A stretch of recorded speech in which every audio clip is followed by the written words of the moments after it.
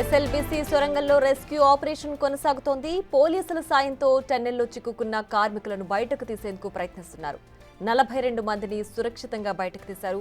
మరో 8 మంది కోసం సహాయక చర్యలు కొనసాగుతున్నాయి. అయితే కాసేపట్లో మంత్రి ఉత్తమ్ కుమార్ ఘటనా స్థలానికి చేరుకున్నారు. ప్రమాదంపై ఇప్పటికే సీఎం రేవంత్ రెడ్డి స్పందించారు. గాయపడ్డ కార్మికులకు మెరుగైన వైద్య సాయం అందించాలని ఆదేశించారు. సమాచారం అయితే వాస్తవంగా ఇంకా మాకు ఇన్ఫర్మేషన్ రావాల్సింది. నేను ఇప్పుడు సైట్కి పోతున్నా, పోయినా చూసినాక ఎంతమంది ఉన్నారు సరే అవన్నీ విషయాలు కూడా కాంట్రాక్టర్ వాళ్ళ మనుషులు ఉన్నారు లోపల. మోస్ట్లీ అంతా బయటకు వచ్చారు. బట్ ఇంకేమన్నా లోపల మిగిలిపోయిన విషయానికి ఆడికి పోయినాకనే తెలుస్తుంది. నేను రిలీఫ్ ఆపరేషన్ సూపర్వైజ్ చేయడానికి పోతున్నాను. సొరంగంలో 14వ కిలోమీటర్ దగ్గర ప్రమాదం జరిగింది. పైకప్పు 3 మీటర్ల మేర కుంగిపోయిన ఘటనలో కొందరు కార్మికులు స్వల్ప గాయాలతో బయటపడ్డారు. వారిని వెంటనే ఆసుపత్రికి తరలించి చికిత్స అందిస్తున్నారు. ఘటనా స్థలానికి చేరుకున్న ఇరిగేషన్ అధికారులు ప్రమాదానికి గల కారణాలు విశ్లేషిస్తున్నారు. ప్రమాదంపై మంత్రి ఉత్తమ్ కుమార్ రెడ్డి కూడా ఆరా తీశారు.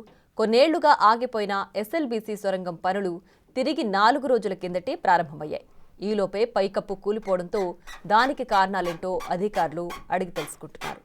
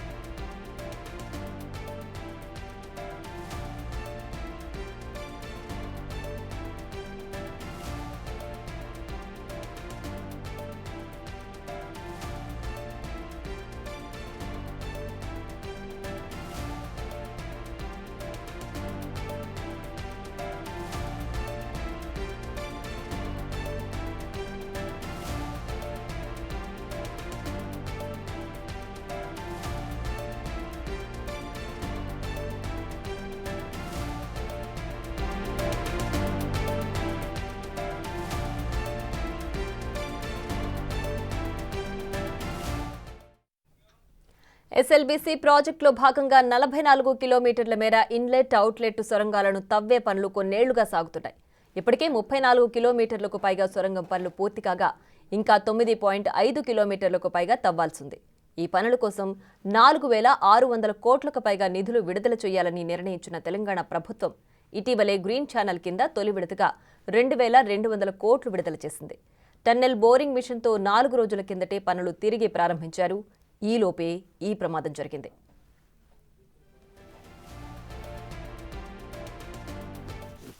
2005లో ఆనాటి కాంగ్రెస్ ప్రభుత్వం ఎస్ఎల్బీసీ ప్రాజెక్టు నిర్మాణానికి 2,200 కోట్లతో పరిపాలనా అనుమతులు జారీ చేసింది. 60 నెలల్లో పనులు పూర్తి చేసి నల్గొండ జిల్లాకు 30 టీఎంసీల నీటిని తరలించాలని లక్ష్యంగా పెట్టుకుంది. ఈ జలాల ద్వారా 3,41,000 ఎకరాలకు సాగునీరు, 200 గ్రామాలకు తాగునీరు ఇవ్వాలని భావించింది. కానీ టన్నెల్ తవ్వకం పనులు మొదలయ్యాక అనేక సాంకేతిక సమస్యలు, వరదల కారణంగా పనులు చాలా ఆలస్యంగా జరుగుతున్నాయి. ఓవైపు టన్నెల్ బోరింగ్ మిషన్ పాడైపోవడం, బీఆర్ఎస్ ప్రభుత్వం వచ్చాక ఎస్ఎల్బీసీకి నిధులు విడుదల చేయకపోవడంతో పనులు ఎక్కడికక్కడ నిలిచిపోయాయి. కాంగ్రెస్ అధికారంలోకి వచ్చాక ప్రత్యేక శ్రద్ధ తీసుకుని ఎస్ఎల్బీసీ పనులను ప్రారంభించింది.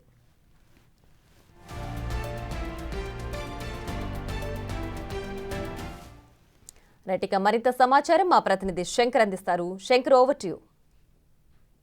ప్రియా, నాగర్ కర్నూలు జిల్లా అచ్చంపేట నియోజకవర్గానికి సంబంధించి ఏదైతే పాతాళ గంగకు సమీపంలో ఉన్నటువంటి ఎస్ఎల్బీసీ అంటే శ్రీశైలం లెఫ్ట్ బ్యాంక్ కెనాల్ దగ్గర కూడా ఉదయం 8:30 గంటల ప్రాంతంలో దాదాపు ఈ యొక్క టన్నెల్లోకి పనిచేయడానికి 50 మంది వెళ్ళినట్లుగా తెలుస్తుంది. మొత్తంగా పూర్తిగా అంటే ఏదైతే 13 కిలోమీటర్ల దగ్గర ఇది 3 మీటర్ల మేర కూడా ఈ యొక్క సొరంగం ఏదైతే టన్నెల్ ఉందో అది కుంగిపోవడంతో ఒక్కసారిగా అందులోకి పనిచేయడానికి వెళ్లిన వారంతా కూడా భయాందోళనతో పరుగులు తీశారు. ఈ క్రమంలోనే దాదాపు 42 మంది కూడా సేఫ్ గా బయటపడినట్టు తెలుస్తుంది. కొంతమందికి స్వల్ప గాయాలైనటువంటి పరిస్థితి కనిపిస్తుంది. మొత్తంగా మిగిలిన ఒక 7 మందికి సంబంధించిన సమాచారం మాత్రం ఇప్పటికీ తెలియరాలేదు. మొత్తంగా వాళ్ళందరూ కూడా సేఫ్ గా ఉంటారు. ఖచ్చితంగా వారిని బయటికి తీస్తామని చెప్పి కూడా పూర్తి స్థాయిలో అక్కడ ఉన్నటువంటి ఇరిగేషన్ శాఖ అధికారులు కావచ్చు, నీటిపారుదల శాఖకు సంబంధించినటువంటి అధికారులంతా కూడా అక్కడే ఉన్నారు. ఇప్పటికే ఉత్తమ్ కుమార్ రెడ్డి సైతం కూడా ఈ ప్రదేశానికి చేరుకున్నారు. హెలికాప్టర్ ద్వారా కూడా ఆయన మరికొద్ది సేపట్లో ఆ ప్రదేశానికి చేరుకొని అక్కడ ఈ యొక్క ఘటనకు సంబంధించినటువంటి అంశాలను తెలుసుకుని లోపల ఎంతమంది ఉన్నారు, వారికి సంబంధించినటువంటి పూర్తి వివరాలను కూడా ఎలాంటి ఇబ్బందులు తలెత్తకుండా వారిని కూడా బయటికి తీసుకొచ్చే ప్రయత్నం అయితే చేస్తున్నారు. ఇది ఓవరాల్ గా మొత్తంగా చూస్తే మాత్రం ఇది ఒక పెద్ద ప్రాజెక్ట్ గానే చెప్పొచ్చు. 2005లో అప్పటి వైఎస్ రాజశేఖర హయాంలో కూడా దాదాపు 1,000 కోట్ల రూపాయలతో కూడా ఈ యొక్క కార్యక్రమానికి శ్రీకారం చుట్టడం. అయితే దాదాపుగా అప్పటి నుంచి ఇప్పటి వరకు కూడా అన్ని రకాలైనటువంటి సమస్యలతో పాటు వరదల సమయంలో ఈ పనులు జరగకపోవడం ఇదంతా జరుగుతూ వస్తుంది. ఇదే క్రమంలో దాదాపు 10 సంవత్సరాల పాటు బీఆర్ఎస్ పాలనలో కూడా ఈ టనెల్ కు సంబంధించినటువంటి అభివృద్ధి పనులు పట్టించుకోకపోవడంతో తెలంగాణ రాష్ట్ర సర్కారు ఏదైతే కాంగ్రెస్ అధికారంలోకి వచ్చిన తర్వాత ఎస్ఎల్బీసీ టనెల్ ను కంప్లీట్ చేసి నల్గొండ ప్రాంతానికి సంబంధించి 3 లక్షల ఎకరాలకు సాగునీరు అందించే విధంగా కూడా పూర్తి స్థాయిలో గ్రీన్ ఛానల్ ద్వారా కూడా దీనికి గ్రీన్ సిగ్నల్ ఇచ్చింది. ఈ క్రమంలోనే 4 రోజుల క్రితమే కూడా ఇక్కడ ఏదైతే పనులు స్టార్ట్ అయ్యాయి, దీనికి సంబంధించినటువంటి పనులు స్టార్ట్ చేసే క్రమంలో కూడా వర్క్ నడుస్తూ వస్తుంది. ఇదే క్రమంలో ఈ రోజు తాజాగా ఈ ప్రమాదం చోటు చేసుకోవడంతో ఒకసారిగా పూర్తి స్థాయిలో అక్కడ ఉన్న ఒక భయానకమైనటువంటి వాతావరణం అయితే ఏర్పడినటువంటి పరిస్థితి. ముఖ్యంగా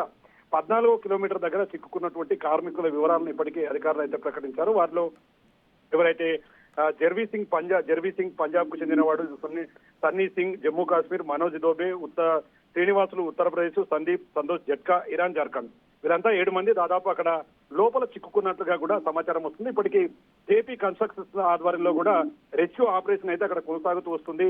లోపలికి వెళ్తున్నారు, అంటే ఎక్కడ జరిగింది ఆ ప్రమాదానికి సంబంధించి ఎక్కడైతే వీళ్ళు చిక్కుకున్నారో ఆ ప్రాంతం అంతా కూడా గాలిస్తున్నారు. ఓవరాల్ గా ఇప్పటికే ఏదైతే సింగరేణి రెస్క్యూ టీమ్ కూడా ఈ సమాచారం వెళ్ళింది. అక్కడ నుంచి ఒక రెస్క్యూ టీం కూడా మరికొద్ది సేపట్లో ఇక్కడికి వచ్చే అవకాశాలు కనిపిస్తున్నాయి. ఎందుకంటే లోపల చిక్కుకున్న వారిని సేఫ్ గా బయటికి తీసుకువచ్చే అవకాశాలను చేస్తున్నామంటూ కూడా ఇక్కడ అధికారులు చెప్తున్నారు. ఓవరాల్ గా చాలా చోట్ల అంటే ఈ రెస్క్యూ టీం ఇంకా ఎంతసేపు కొనసాగే అవకాశం ఉంది, ఇంకా కార్మికుల్ని ఎప్పటి వరకు తీసే అవకాశం ఉంది?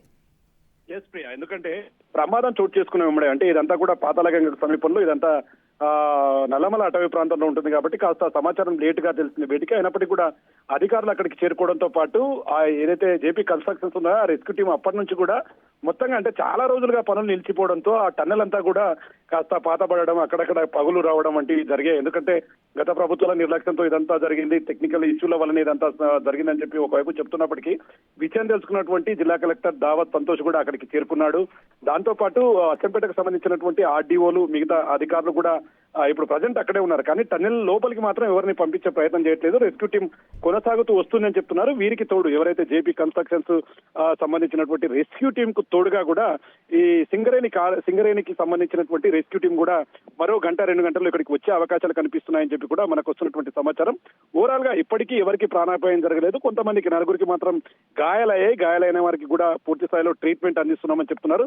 మిగతా 7 మంది ఎవరైతే చిక్కుకున్నారో ఖచ్చితంగా వారి కోసం గాలింపు చర్యలు చేపడుతున్నాం, త్వరలోనే వారిని గుర్తిస్తాము, ఖచ్చితంగా వాళ్ళని సేఫ్ గా బయటికి తీసుకొస్తామని ఒకవైపు చెప్తున్నారు. మరోవైపు కొంత సోషల్ మీడియాలో మాత్రం కొంత వార్తలు చెక్కలు కొడుతున్నాయి, చనిపోయి ఉంటారు కొంతమంది అని చెప్పి కూడా.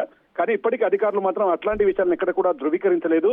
ఎందుకంటే వాళ్ళందరూ కూడా సేఫ్ గానే ఉండవచ్చు, ఖచ్చితంగా రెస్క్యూ ఆపరేషన్ లో భాగంగా వాళ్ళు ఖచ్చితంగా మాకు కనిపించవచ్చు, వాళ్ళని సేఫ్ గా బయటికి తీసుకొస్తామని చెప్తున్నారు. మరి ఇప్పటికైతే ఉత్తమ్ కుమార్ రెడ్డి ఇక్కడికి చేరుకునే అవకాశాలు మెండుగా ఉన్నాయి. మరో 10 నిమిషాలు 20 నిమిషాల్లో కూడా ఆయన ఇక్కడికి రావడంతో పాటు అధికారులను కూడా ఇప్పటికే ఆయన ఆదేశించారు. ఎందుకంటే ఎవరైతే లోపల చిక్కున్నారో వారిని సురక్షితంగా బయటికి తీసుకురావాలని చెప్తున్నారు. ఓవరాల్ గా చూస్తే మాత్రం ఈ ప్రమాదంలో ఇప్పటికీ ప్రాణ నష్టం ఏం జరగలేదు. మొత్తంగా చిక్కుకున్న వారిని బయటికి తెచ్చే ప్రయత్నాలు అయితే త్వరితగతిన పూర్తి చేయాలని చెప్పి కూడా అధికారులను ఆదేశిస్తున్నటువంటి పరిస్థితి ఇక్కడ కనిపిస్తుంది. Priya. Right Shankar, thanks for the updates.